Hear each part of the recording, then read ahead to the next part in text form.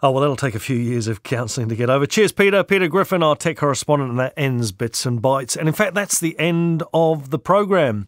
And in case you missed the news from the start of the show, I've decided to take a break, and therefore this way up will also be taking a break. After 13 years and over 600 shows, it's time for change. All very exciting and personally a little bit scary. So the final This Way Up will be July the 7th. That's 4 weeks away, just letting you know.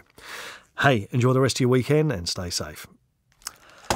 So, yeah, after 20 years, over 600 programs, 20 years in total I've been here at RNZ, it is time for a change, and not quite sure what I'm going to go and do next, but I really want to thank a few people, primarily Richard Scott, who produces the program. He's the creative engine, the intellectual firepower behind the program, if you like. I'm the Labrador, and I go out there and I'm curious and interested, and he sort of reins it back and makes sure that factually things are correct. So a huge thank you to him, and he'll remain here at RNZ, and you'll be hearing from him and details of what he's going to be doing in upcoming programs. So do tune in to This Way Up. We've got 4 weeks to go.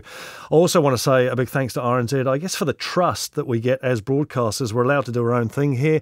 I have learnt so much that I've applied to my life. I've gone off and asked people questions, and my intent, I think, has been sincere, and I have really learnt so much that I have sort of integrated into my life. Things like chickens, which I've still got, the beekeeping, the sourdough, I still do all of that stuff. So big thanks to RNZ and to you as taxpayers that fund it, because public broadcasting is a really important part, I think, of the media landscape, where we're able to go out and tell stories impartially, try and be balanced. We do try and do that. So thank you to you. I also want to thank the people that have shared their lives with me.